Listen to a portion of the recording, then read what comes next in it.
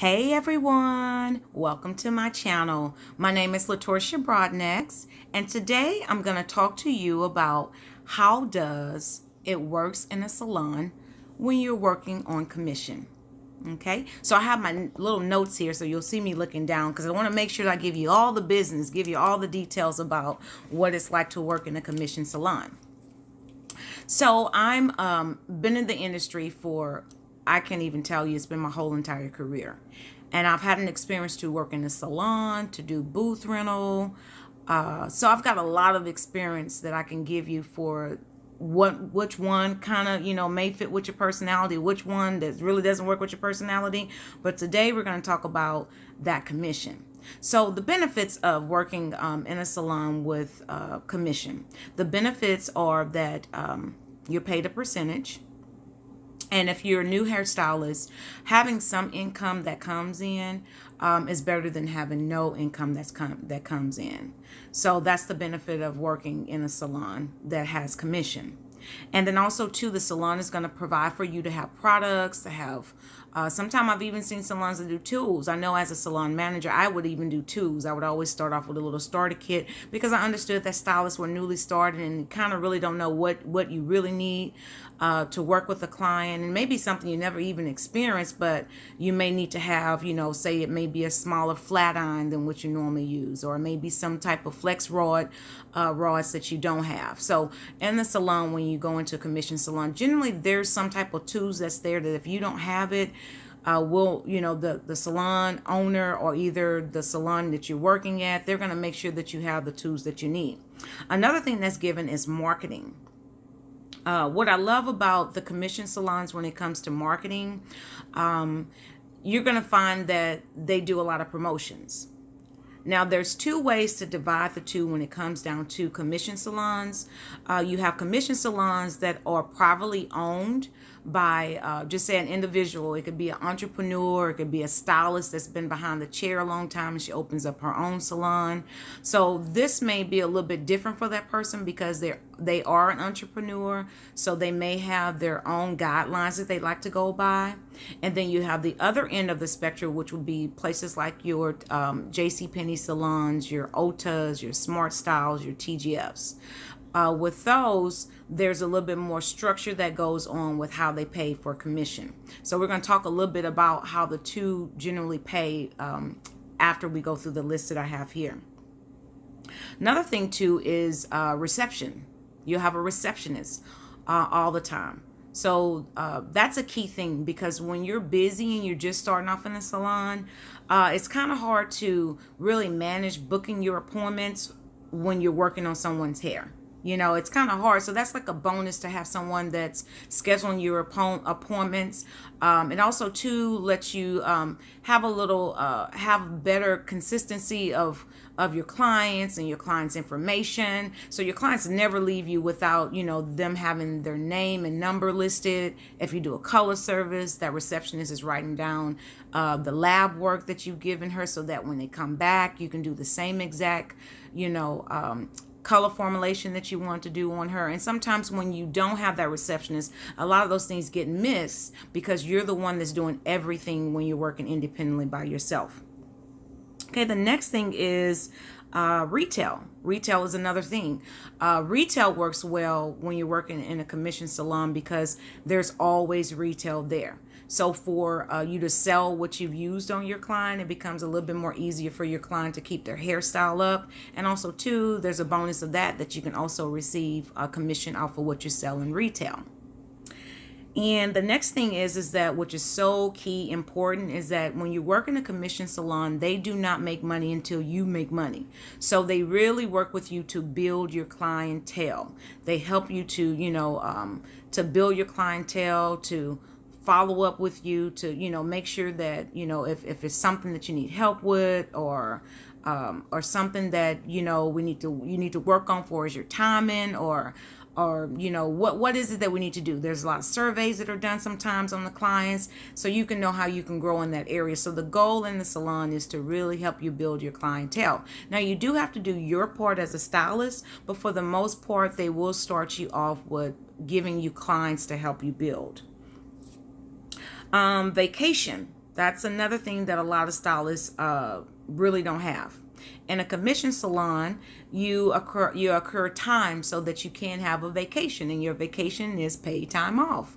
Another thing that you get is sick days. So you're able, if you get sick or if your child gets sick, they'll pay for you to be off on those days. And of course, you have to go into it with those requirements. It may be, you have to work 35 hours plus or 40 hours. I've never seen anyone really demand like 40 hours for the most part. Mostly it's like 35 hours is what's considered as full time here in this in the state. So another thing too, it kind of helps you to prepare for some things that a lot of stylists don't think about is their retirement, the 401k. When you're working for a company, they will provide for you to contribute something to your 401k, or you may have an opportunities to purchase other products that they offer for you to have a better retirement. Another great thing too that a lot of stylists don't think about is those taxes. When you're kind of like a private and working as an independent hairstylist, you don't report those taxes. And you will have those things reported when you're working for a commission salon. There are benefits for that because you kind of pay into the system so that, if there's, of course, a lot of people talk about Social Security, it may or may not be there. But I think if it does go away, there's going to be something for people that have put so much money into their Social Security for retirement. So you're paying into a system. So that's one thing that they do. And then they're responsible for paying a percentage too for you. So that's another good thing that comes with that. Newly, what I'll say that's been really good is that they're allowing stylists to have a little bit more flexible schedule. Back in the day, it was like slamming. I mean, you worked like 40 hours and it was no such thing as flexible schedule. You were there that time. And now I'm seeing that there's becoming a lot more people that are wanting to get in the industry, and they're not willing to sacrifice, their lives for it. They kind of want to spend time with their kids, and, they want to be flexible. They have husbands, they have boyfriends, they want to live. So I'm glad to see that we have a lot of youth that are coming through, the millennials, and, so many people that are coming through that are just saying, hey, we want to have more balance. So because of that, the industry has shifted that you can actually be more flexible, and you find companies that do commissions. And I'm talking about companies like your J.C. Penney's and your Ultas. Those are the ones that are shifting that, you can have more flexibility with your schedule, and you kind of schedule your schedule around what really works for you, and not only what works for you, but what's going to be the most productive time for your clients. That way you're not just having dead time. Another great thing about working in a salon, if you're newly getting out of school or you're newly building, or you may be a person that you kind of stepped away from the chair and you decided, I kind of miss and love doing hair. Let me get back into it. So that person can come to a commission salon and work on building and still have an income coming in, because you will be paid an hourly rate. Now, the hourly rate just kind of depends on the salon. At one point, you have places like the J.C. Penney's where they were doing minimum wage at one point, but I think that's changed. It's increased a little bit. I do know that Ulta pays a lot more for the hourly rate. So that's something that I can get into a little bit more later. If you have more questions on how you break that down and how do they pay and the benefits of it, if you go to someone that pays you a lower hourly rate versus someone that pays you more. So that's something that I can definitely talk more about it. So make sure that you make a comment at the bottom. And if you're enjoying what you've heard so far, please don't forget to push that button there and subscribe to my channel, and also share this if you think it can help someone. The next thing is that you do receive tips, so that's a good thing too. You do receive tips when you're working in a salon, so in a commission salon. So there's a lot of benefits of working in a salon as working as a commission stylist. And then also too, there's a couple of negative things that come with working in the salon as a commission stylist. Through my experience, the most negative I would find is probably not really having that ownership. Like you still have rules and guidelines that you have to go by. You still have that there's a dress code that you have to go by. There's a schedule. Regardless if it's flexible, it's still a schedule. And, you are taking clients. So when you first start off, it may or may not be the clients that you particularly want or like, because it takes time for you to kind of build that rapport with clients and get an experience on doing hair before you can start deciding on, well, I really, really love doing this, or I really don't like doing that. So, you have to take clients and you have to do clients' hair. And, that's one thing I'm not too crazy about.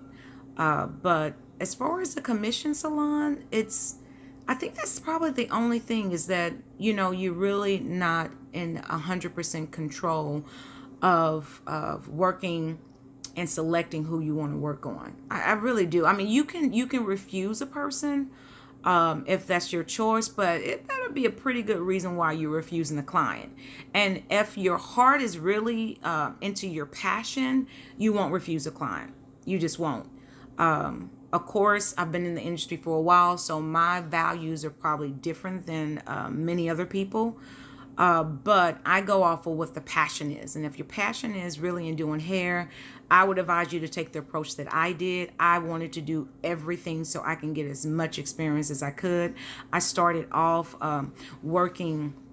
Of course, when I started off doing, I thought I was going to go into hair immediately, but I didn't. I ended up doing makeup. But secondly, I went into doing hair. And doing hair, I really was happy to be in a commission salon, because it was like a security blanket. I had time to try on people, and if something didn't turn out right, I was like, oh, let me call my manager over to help me fix it.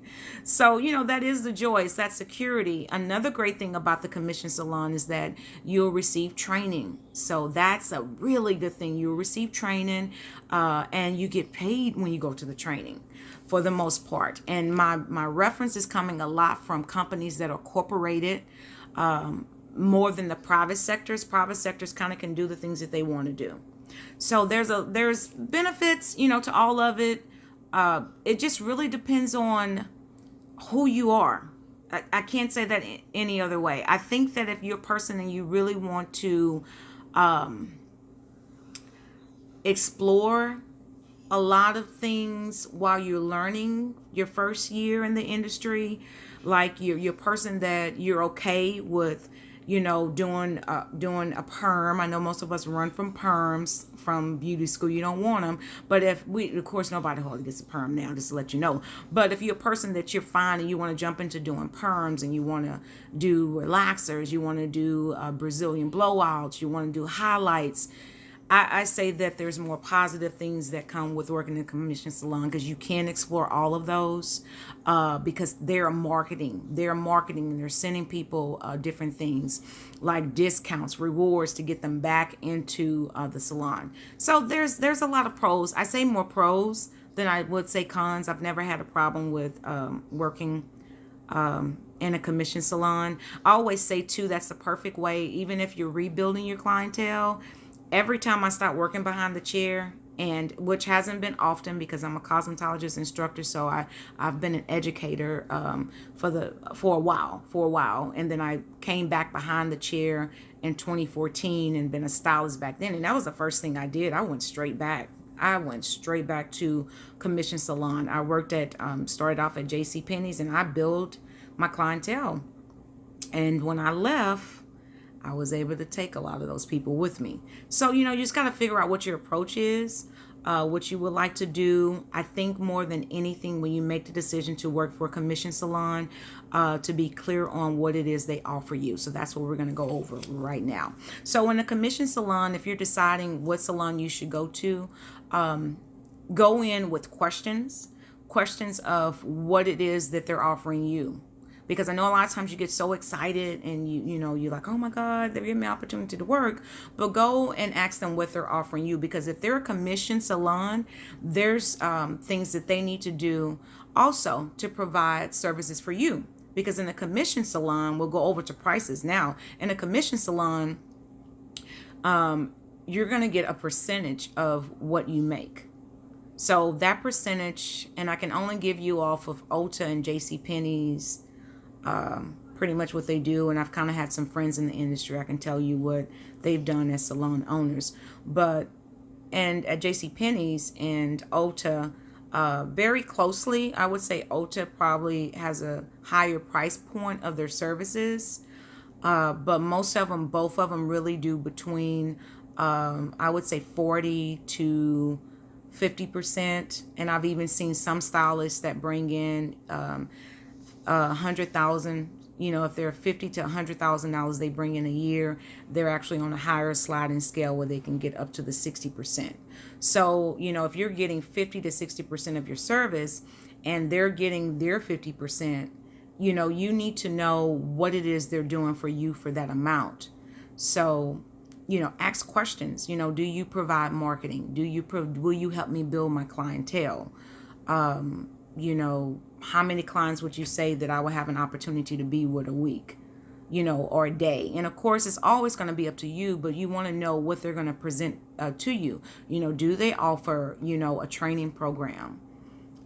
Do they offer healthcare insurance? Like, these are the questions you need to ask them to make sure that you're getting a bang for your income. Like, this is the income you're going to have. And if you're going to allow that person to take, you know, 50% of your income, you know, or 40% of your income, you need to know where it's going and what they're offering you and what you're giving them.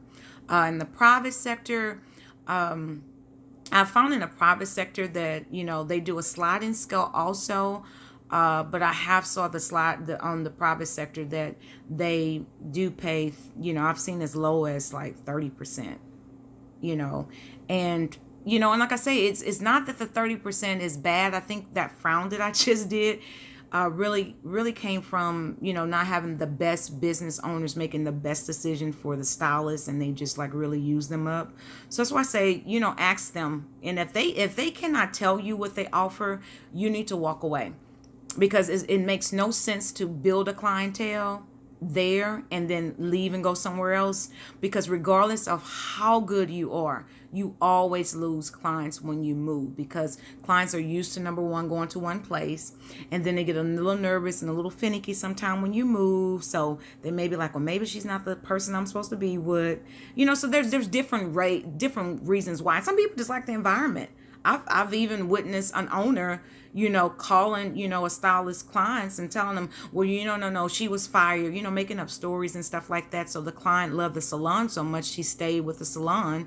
And what the owner do, she just put her with a whole nother stylist. So, you know, you want to make sure that when you do that, you know, that you're making the right move. And if you notice that you're not seeing a lot of those things happening within the first, you know, I would say at least the first 30 to 60 days, then you may need to bounce. You may need to say this is not the place for you. So let's see, anything else? I will tell you too, there's another opportunity you can do, which is to be like a contract worker.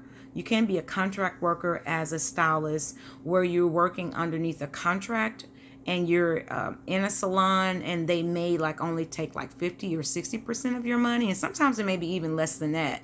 But you just file all your paperwork, you file, you know, for your taxes, you do all that yourself, but it's still like you're working with them, with their commitment of kind of helping to support you. And some of them really do provide a lot of your products that you need for a client. So when you first start off, you're going to need just a lot of stuff all at one time that you really are not prepared for, because you'll go into it thinking that you'll need, say for instance, you like color. Okay. You do hair color, and you really think you have everything possible you need. You've got your new little kit that you just went to your RDA Armstrong McCall to buy, and then you have this person comes in and she wants yellow and purple hair, which is very rare. But just one girl, her daughter wants highlights for the weekend. You know, summer. It always happens in the summer when they let the kids get their hair color. And here it is. You're like, well, man, I kind of thought I was going to do more of a conventional color. You know, not like that. I hadn't did any fun stuff like that since, you know, being in cosmetology school. So, you know, you'll go to the salon, and if they have the color, you could use it. But guess what? If they don't have the color, they got to go get it for you. Versus it being you having to figure out, oh my God, I gotta, you know, it's not really in my budget, I can't do that. So, you know, there's a lot of, you know, pros to working as commission. I say it's a good way to get your feet wet when you're new. It allows you to really be an artist, really be an artist and really like think about your craft, build relationships. It allows you to focus on building your strengths and working on your weaknesses.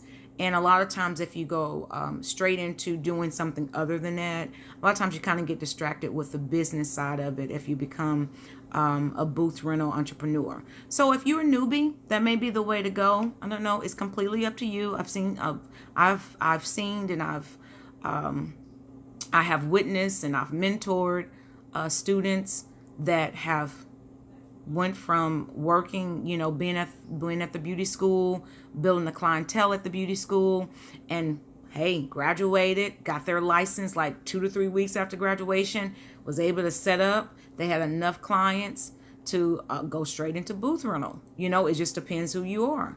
And then I have some students that did that and it just was overwhelming. It was too much too fast. So it just kind of depends. It depends on who you are and what approach you want to take. I say you do what's best for you. There's no right or wrong way. So thank you so much for tuning in to my channel. This is my first video. So please comment, subscribe, share it, and please list any questions that you may have because that's really going to help me to create the best content for you. So thank you so much for watching. I appreciate that. And I hope you have a fantastic day, evening, or night. Thank you.